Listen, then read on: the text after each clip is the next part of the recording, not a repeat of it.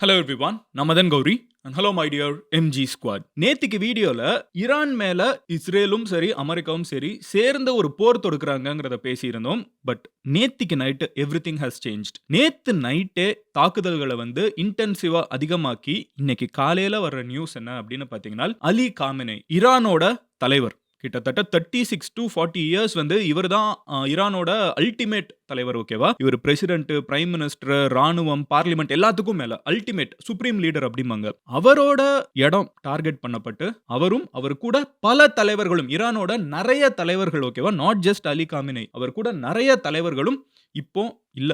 அத வந்து ரொம்ப பிரசிஷன் டார்கெட் பண்ணி இஸ்ரேல் இன்டெலிஜென்ஸோட அமெரிக்கா அடிச்சதுல அவங்க எல்லாருமே இப்போ உயிரிழந்திருக்காங்க. இதோட தொடர்ச்சியா ஈரான் வந்து பதிலுக்கு அமெரிக்காவோட பேசஸ் எல்லாத்தையும் அடிக்க ஆரம்பிச்சிட்டாங்க. சுத்தி வந்திருக்கக்கூடிய எல்லா அரப் கண்ட்ரிலையும் அமெரிக்கா வந்து அங்க இருந்து நிறைய ஸ்ட்ராங் பேஸ் வச்சுக்கிட்டு அங்கேருந்து இந்த தாக்குதலுக்கெல்லாம் நிறைய விஷயங்கள் செஞ்சுட்டு இருக்காங்க. சுத்தி இருக்கிற அரப் கண்ட்ரிஸே வந்து அமெரிக்காவுக்கு இடம் கொடுத்திருக்காங்க. அண்ட் அந்த இடங்கள்ல தான் வந்து இருந்துட்டு அமெரிக்கா வந்து இவ்வளவு பெரிய தாக்குதலை ஈரான் மேல நடத்திட்டு இருக்காங்க. இப்ப பதிலுக்கு ஈரான் வந்து அந்த எல்லா பேஸையுமே தாக்க ஆரம்பிச்சிட்டாங்க. இந்த தாக்குதலோட வெளிப்பாடாதான் அஃப்கோர்ஸ் அவங்க வந்து thousands ஆஃப் கிலோமீட்டர்ஸ் தள்ளி இருந்து அடிக்கிறாங்க. கரெக்டா?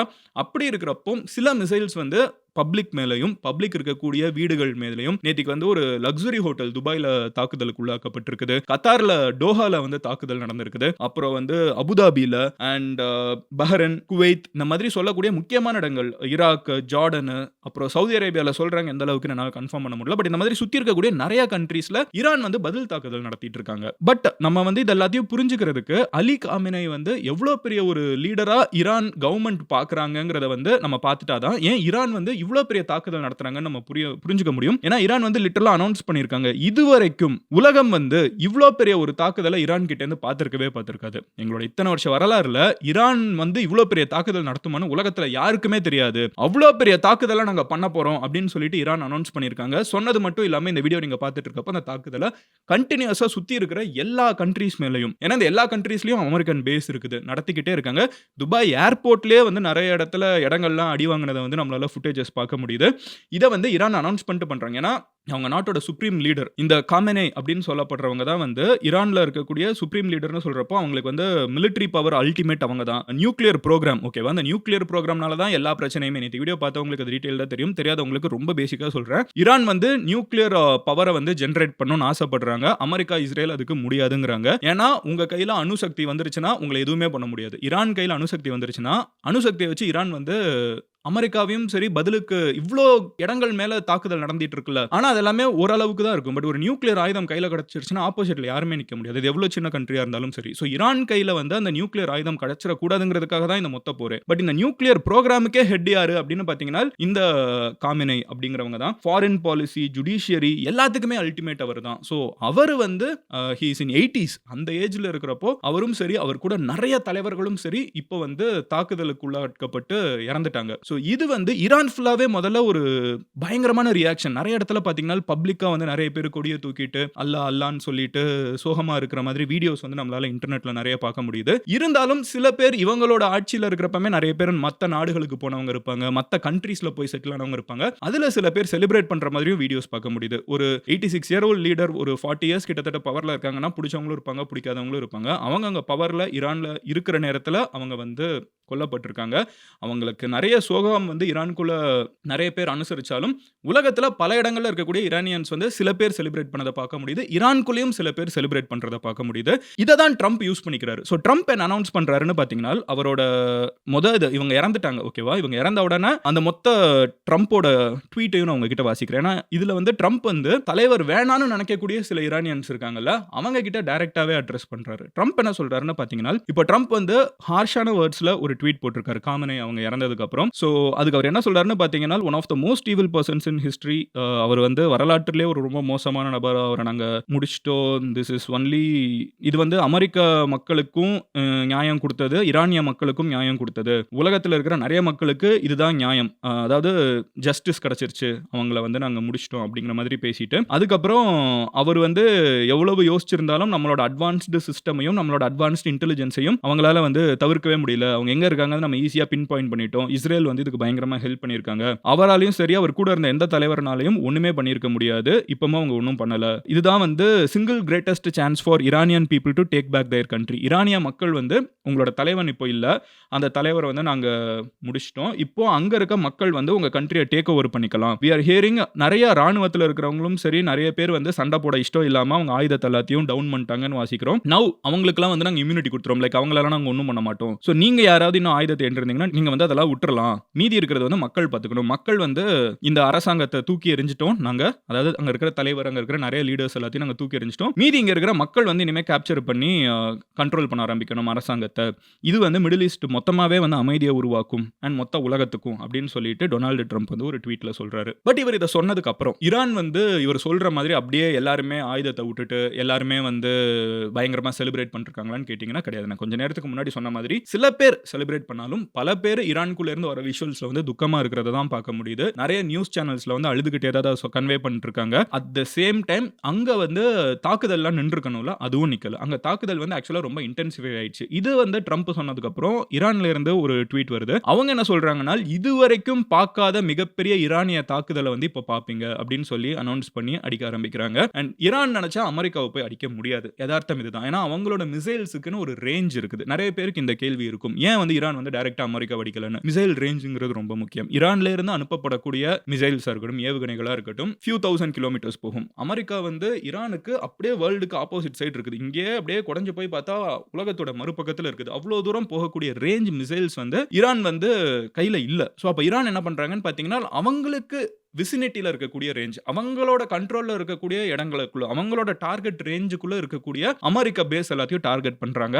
அதுல தான் அமெரிக்காவுக்கு பேஸ் கொடுத்துருக்கக்கூடிய Qatar, Kuwait, UAE, Bahrain, Saudi Arabia, Iraq, Jordan இவங்க எல்லாமே வராங்க. ஏன்னா இந்த எல்லா கண்ட்ரீஸ்லயும் அமெரிக்காவோட base at some level, some capacity இருக்குது. ஈரான் வந்து டைரக்டா அமெரிக்காவோட மண் அடிக்க முடியலங்கிறப்போ அமெரிக்கன் பேஸ் இந்த கண்ட்ரீஸ்ல எல்லாம் சுத்தி வச்சிருக்காங்கல்ல, அந்த பேஸ் எல்லாத்தையும் தாக்குறாங்க. இந்த பேஸ்ல தாக்குதல் நடத்துறப்போ தான் சில ட்ரோன்ஸ் வந்து மிஸ் ஆகி பப்ளிக் இருக்கிற இடத்துக்குள்ள வந்துருது.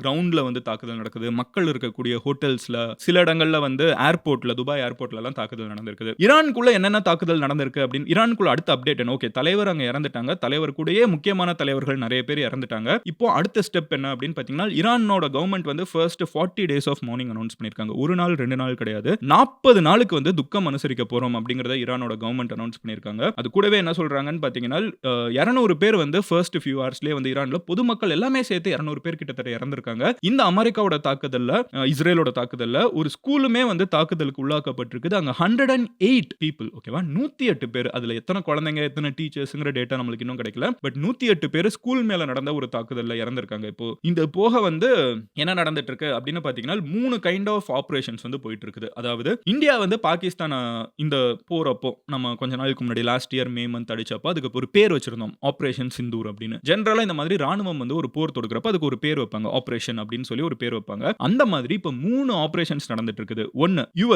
யுஎஸ் வந்து ஈரானை இந்த வீடியோ நீங்க பார்த்துட்டு இருக்கப்போ பயங்கரமா தாக்குதலுக்கு உள்ளாக்கிட்டு இருக்காங்க. அண்ட் இது இன்னைக்கு மட்டும் இல்ல, இன்னும் 1 வீக்குக்கும் அதுக்கப்புறமும் தேவைப்பட்டா நடந்துகிட்டே இருக்கும் அப்படின்னு வந்து ட்ரம்ப் அனௌன்ஸ் பண்ணியிருக்காரு. அந்த ட்வீட்ல அவர் அதையும் சொல்லியிருக்காரு. அந்த ஆபரேஷனுக்கு பேரு எபிக் ஃபியூரி, பயங்கரமான கோபம் அப்படின்னு நம்ம சொல்லலாம் தமிழ்ல.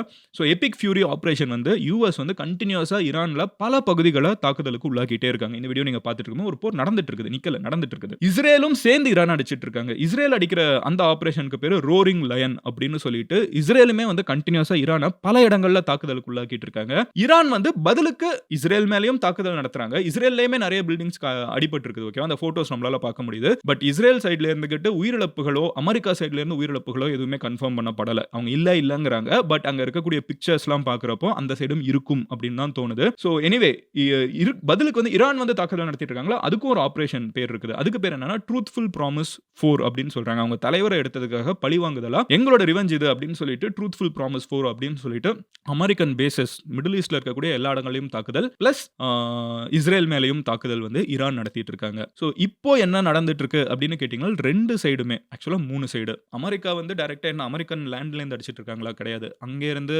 அவங்களோட மோஸ்ட் அட்வான்ஸ்டு ஃபிளைட்ஸ், ஓகேவா, ஸ்டெல்த் ஃபிளைட் F-35, B-2 இதெல்லாமே வந்து எக்ஸ்ட்ரீம்லி ஸ்டெல்த் ஃபிளைட், ஓகேவா, ரொம்ப அட்வான்ஸ்டான ஃபிளைட்ஸ், அது எல்லாத்தையும் யூஸ் பண்ணி அடிச்சிட்டு இருக்காங்க. அது போக சப்மரீனா இருக்கட்டும், கப்பலா இருக்கட்டும், இதெல்லாம் இந்தியன் ஓஷன் ஓஷன்ல, அப்புறம் வந்து ஈரான சுத்தி இருக்கக்கூடிய கடல் இடத்துல எல்லாத்துலயும், ஏன்னா உலகத்தோட மறுபக்கத்துல இருக்காங்க. அங்கேருந்து மொத்த படையும் கொண்டு வந்து ஈரான சுத்து போட்டு, இங்க இருந்து கன்டினியூஸா அடிச்சுட்டே இருக்காங்க. இஸ்ரேல் இங்க இருந்து அடிச்சுக்கிட்டே இருக்காங்க. இஸ்ரேலோட இன்டெலிஜென்ஸ் வந்து ஒரு விஷயம் பண்ணியிருக்காங்க. ஈரானோட தலைவர் இவங்க இருக்காங்கல்ல, காமெனே இருக்காங்கல்ல, அவங்க இறந்தத ஆக்சுவலா உலகத்துக்கு முதல்ல சொன்னது இஸ்ரேலோட பிரசிடென்ட். அவர் என்ன சொல்றாரு அப்படின்னு பார்த்தீங்கன்னா, நெத்தன்யாஹு அவர் என்ன சொல்றாருன்னு பார்த்தீங்கன்னா, எங்களுக்கு இன்ஃபர்மேஷன் வந்துருச்சுங்கிறாங்க. இது ஆக்சுவலா ஈரானே வந்து கன்ஃபார்ம் பண்றதுக்கு முன்னாடி இஸ்ரேல் கன்ஃபார்ம் பண்றாங்க. இது வந்து கிரவுண்ட் லெவல் தாக்குதலான்னு கேட்டீங்கன்னா கிடையாது.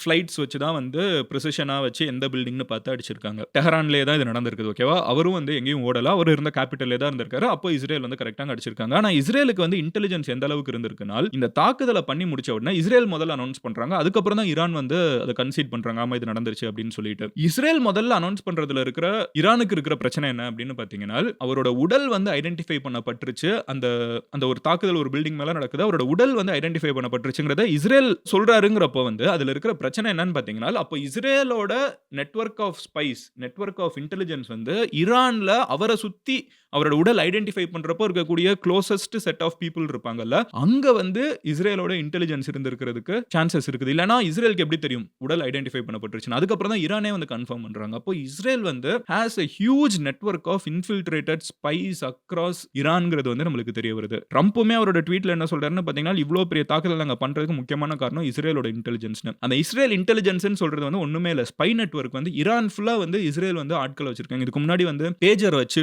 ஒரு தாக்குதல் நடத்துனாங்க. அதுலயுமே வந்து எங்க எப்போ யார் யார் இருக்காங்கங்கிற டேட்டா வரைக்கும் எடுத்திருந்ததா இருக்கட்டும், ஒரு ஸ்பை நெட்வொர்க்கா இருக்கட்டும், அப்புறம் வந்து இந்த மாதிரி டெக்னாலஜிய யூஸ் பண்ணி எங்க யார் இருக்காங்கன்னு ஐடென்டிஃபை பண்றதா இருக்கட்டும், இதெல்லாமே வந்து இஸ்ரேலோட இன்டெலிஜென்ஸ வச்சுக்கிட்டு யுஎஸோட ரா பவர் அவங்க கிட்ட இருக்கிற மிகப்பெரிய ஆயுதங்கள வச்சுக்கிட்டு ஈரான் மேல தாக்குதல் நடந்துட்டே இருக்குது. இதுல இருக்கிறதுலயே சோகமான விஷயம் என்னன்னு பார்த்தீங்கன்னா, குழந்தைங்க ஒரு ஸ்கூல் மேல தாக்குதல் நடந்திருக்குது. 100 பேர் கிட்ட இறந்து போயிருக்காங்க. சோ இதுவும் வந்து ஒரு சோகமான விஷயம் தான். Whatever said and done middle ஈஸ்ட்ல இப்போ மொத்தமா வந்து ஒரு பதட்டத்துக்குரிய சிச்சுவேஷன் இருக்கிறதுக்கான காரணம் உங்களுக்கு இப்போ புரிஞ்சிருக்கும்னு நினைக்கிறேன். சுத்தி இருக்கிற துபாய் மேலயோ ஆர் அபுதாபி மேலயோ கத்தார் மேலயோ அங்க இருக்கிற மக்களை தாக்கணும்னு ஈரான் தாக்கல. அங்க இருக்கிற அமெரிக்கன் பேசஸ் தாக்குறதுக்கு அவங்க தாக்குறாங்க. அது ஸ்பில் ஓவர் ஆகி மத்த இடங்கள்ல விழுந்துருது. அட் த சேம் டைம் இஸ்ரேலும் அமெரிக்காவும் என்ன சொல்றாங்கன்னா, எங்களுக்கு பல வருஷமா வந்து பல தாக்குதல்களை ஈரான் பண்ணியிருக்காங்க. இப்போ வரைக்குமே கூட வந்து ரீசெண்டா அந்த அக்டோபர் மாசம் ஒரு 2 இயர்ஸ்க்கு முன்னாடி நடந்த இஸ்ரேல்ல நடந்த ஒரு தாக்குதல் நிறைய பேரை கடத்திட்டு போனதா இருக்கட்டும், எல்லாத்துக்கும் பின்னாடி ஈரானும் இந்த ஒரு பர்ட்டிகுலர் தலைவரும் இருந்திருக்காங்க. லாஸ்ட் 50 இயர்ஸா அமெரிக்கா மேல நடந்த பல தாக்குதல்கள்ல நூற்றுக்கணக்கான அமெரிக்கன் சோல்ஜர்ஸ் இறந்ததுக்கும் சரி, இஸ்ரேலியன் சோல்ஜர்ஸ் இறந்ததுக்கும் சரி, இந்த ஒரு தலைமையும் இந்த ஒரு நாடும் தான் காரணமா இருந்திருக்குது. அப்ப எங்களுக்கான நியாயத்தை நாங்க எடுத்துக்கிறோம் அப்படிங்கிறது தான் வந்து இஸ்ரேலும் அமெரிக்காவும் சொல்லக்கூடிய ஜஸ்டிஃபிகேஷனா இருக்குது. ஈரான் வந்து நாங்க எங்களோட தலைவரை நீங்க எடுத்துட்டீங்க, நாங்க மிகப்பெரிய ரிவெஞ்ச கொடுப்போங்கிறத சொல்லியிருக்காங்க. அதுக்கு ட்ரம்ப் பதிலுக்கு என்ன சொல்லியிருக்காருன்னு பாத்தீங்கன்னா, ஈரான் வந்து இப்பதான் சொன்னாங்க ஒரு பயங்கரமான தாக்குதலை பண்ண போறாங்கன்னு. ஹவவர் நீங்க அதை பண்ணக்கூடாது. ஹவவர் நீங்க அதை பண்ணீங்கன்னால் நாங்க பதிலுக்கு அடிக்கிற அடி இருக்குல்ல, நீங்க இது வரைக்கும் வாழ்க்கையிலே பார்க்காததா இருக்கும். Never seen before force. நாங்க இது வரைக்கும் பார்க்காத ஒரு ஃபோர்ஸை வந்து நாங்க யூஸ் பண்ணுவோம் பதிலுக்கு. அது வந்து ஒன்றும் இல்லை, பிளேட்டண்டா 2 பேருமே வந்து இந்த சோஷியல் மீடியால வந்து 2 சைட்லயுமே வந்து கவர்மெண்ட் வந்து ரொம்ப ஸ்ட்ராங்கா பேசுவாங்க. இது வந்து சும்மா ரேண்டமா இன்டர்நெட்ல வந்து ட்ரால்ஸ் வந்து ஃபேக் ஐடி போட்டுட்டு பேசுறது மட்டும் இல்ல. கவர்மெண்ட்ல இருக்கிற பவர்ஃபுல் பீப்புளுமே வந்து ஒரு சைக்காலஜிக்கல் கேம் விளையாண்டுட்டே இருப்பாங்க. நாங்க எவ்வளவு பெருசு பண்ண போறோம் பாருங்க, நீங்க எவ்வளவு பெருசு பண்ண போறோம் பாருங்கன்னு. அதுவுமே நடந்துட்டு இருக்குது. ஹோப்ஃபுல்லி இது சோஷியல் மீடியாவோட நிக்கணும். இன்னமும் உயிர்கள் போய் இன்னமும் என்னைக்குமே வந்து நம்ம ஒரு போருக்கு ஃபேவரபிளா போகக்கூடாது. ஹோப்ஃபுல்லி போர் நின்னு மக்கள் அமைதிக்கு திரும்பினாங்கனால் அது ஈரானிய மக்களுக்கு நல்லது, அமெரிக்க ராணுவத்துல இருக்கக்கூடிய மக்களுக்கு நல்லது, இஸ்ரேல்ல இருக்கக்கூடிய மக்களுக்கு நல்லது. அது போக எல்லாத்தையும் தாண்டி இதுல எந்த இஷ்யூமே இல்லாம இருக்கக்கூடிய Dubai, Abu Dhabi, Kuwait, Qatar, Bahrain, Saudi Arabia, Iraq, Jordan இந்த இடத்துல நிறைய மக்கள் இருக்காங்க. இன்ஃபேக்ட் இங்க இருக்கிற நிறைய மக்கள் வந்து இந்த ஊர் மக்களே கிடையாது. நம்ம ஊர்ல இருந்து போன மக்கள். அவங்க அத்தனை பேர் அங்க இருக்காங்க. அவங்களும் ஒருத்தங்க இறந்துட்டாங்கன்னு நேத்துக்கு ஒரு நியூஸ் வந்துச்சு. நான் அதை நேத்துக்கே சொன்னேன் அபுதாபியை பத்தி. அதெல்லாம் பார்க்கறதுக்கு ரொம்ப கஷ்டமா இருக்குது. நிறைய ஃப்ரெண்ட்ஸ் அங்க இருக்கிறப்போ ஃபோன் பண்ணி கேட்டுக்கிட்டே இருக்கிறோம். அவங்களும் ஒரு பதட்டத்துல இருக்காங்க. இது எல்லாமே சால்வ் ஆயிடுச்சுனால் மச் பெட்டர். ஹோப்ஃபுல்லி சீக்கிரமா இது எல்லாமே சொல்யூஷனுக்கு வரணும். அண்ட் நீங்க இந்த மாதிரி மிடில் ஈஸ்ட்ல நடந்துட்டு இருக்கக்கூடிய மொத்த பிரச்சனையும் ஃபாலோ பண்ணணும், எனக்கு டெய்லி என்ன நடந்துட்டு இருக்குங்கிறது 10 நிமிஷத்துல தெரிஞ்சுக்கணும் அப்படின்னு நினைச்சீங்கன்னா இந்த சேனலை சப்ஸ்கிரைப் பண்ணி எம்ஜி ஸ்குவாட்ல சேருங்க. அப்போனா தான் இந்த விஷயங்களை என்னால வந்து உங்ககிட்ட சேர்க்கறதுக்கு ஹெல்ப்ஃபுல்லா இருக்கு. ஏன்னா நான் போஸ்ட் பண்ணிடுவேன். உங்ககிட்ட யூடியூப் சஜஸ்ட் பண்ணணும்னா நீங்க சப்ஸ்கிரைப் பண்ணாதான் அதை பண்ணும். ஸோ சப்ஸ்கிரைப் பண்ணி எம்ஜி ஸ்குவாட்ல சேருங்க. ஹோப்ஃபுல்லி மிடில் ஈஸ்ட்டுக்கும் சரி உலகத்துக்கும் சரி சீக்கிரமா அமைதி திரும்பணும்னு பிரார்த்திச்சுக்கிறேன். Love you all. Take care. Bye. Cheers எம்ஜிஸ்.